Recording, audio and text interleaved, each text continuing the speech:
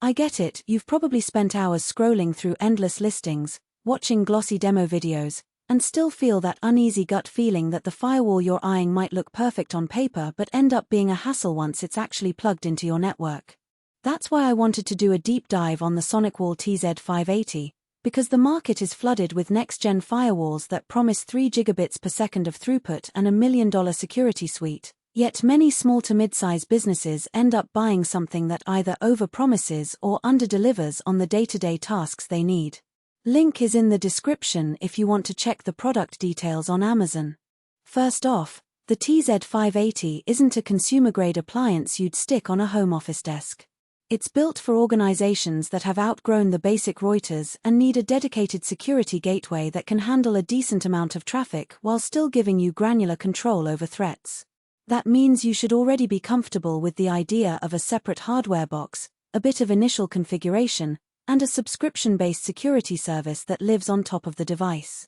If you're still using a basic firewall from a consumer brand and you've started to notice slow VPN connections or occasional blocked alerts that you can't investigate, the TZ580 is the kind of step-up that makes sense.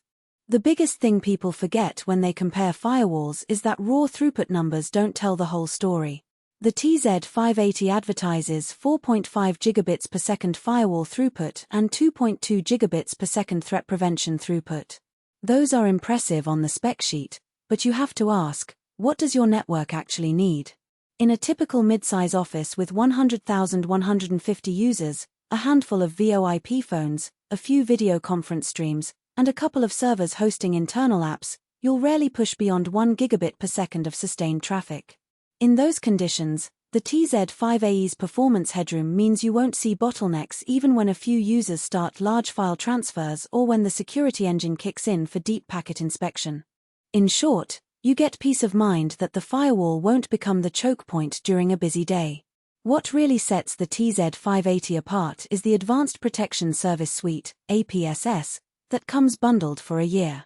That suite includes intrusion prevention, anti-malware, sandboxing, and content filtering, all the modern layers you need to defend against ransomware and zero-day exploits. The value here is not just the list of services, but the fact that they're centrally managed through SonicWall's cloud dashboard. I've spoken with several IT managers who love being able to push a new policy or a new block list across multiple sites with a few clicks, instead of having to manually update each device.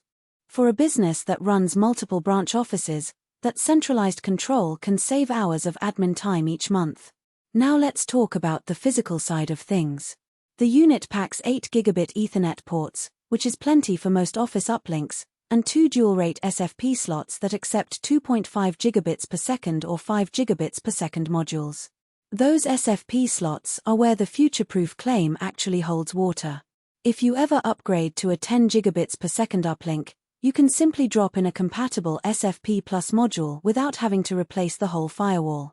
In practice, I've seen a regional office that moved from a 1 gigabit per second ISP connection to a 2.5 gigabits per second fiber line and kept the same TZ580, just swapping the SFP module. That kind of upgrade path is rare in this price segment.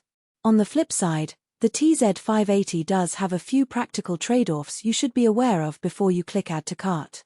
First, the device runs Sonic OS 7, which is a robust OS but comes with a steeper learning curve than the more user-friendly interfaces you get on consumer-grade firewalls. If your IT staff is used to a simple allow-all or block-all setup, they'll need to invest time in learning rule ordering, NAT policies, and the nuances of the threat prevention engine. The initial configuration can take a full afternoon, especially if you have to migrate existing rules from an older device. That's not a deal-breaker, but it's a hidden cost in terms of time. Second, the APSS subscription is bundled for a year, but after that the price jumps noticeably. Many reviewers point out that the renewal cost can be a surprise if you weren't budgeting for it. If you're a startup that only needs a firewall for a short pilot, you might end up paying for a year of premium security you won't use for the full term. In those cases, a lower-tier SonicWall model or even a different vendor with a pay-as-you-go model could be more economical. Another practical point, the TZ580's fan-cooled chassis is quiet enough for a server rack, but it does generate heat. In a small closet that's already cramped, you'll need to make sure there's adequate airflow. I've seen a couple of installations where the firewall throttled its own performance because the ambient temperature climbed past 30°C. Adding a small rack mount fan solved the issue, but it's something you might not think about when you first unbox the box. So who should walk away?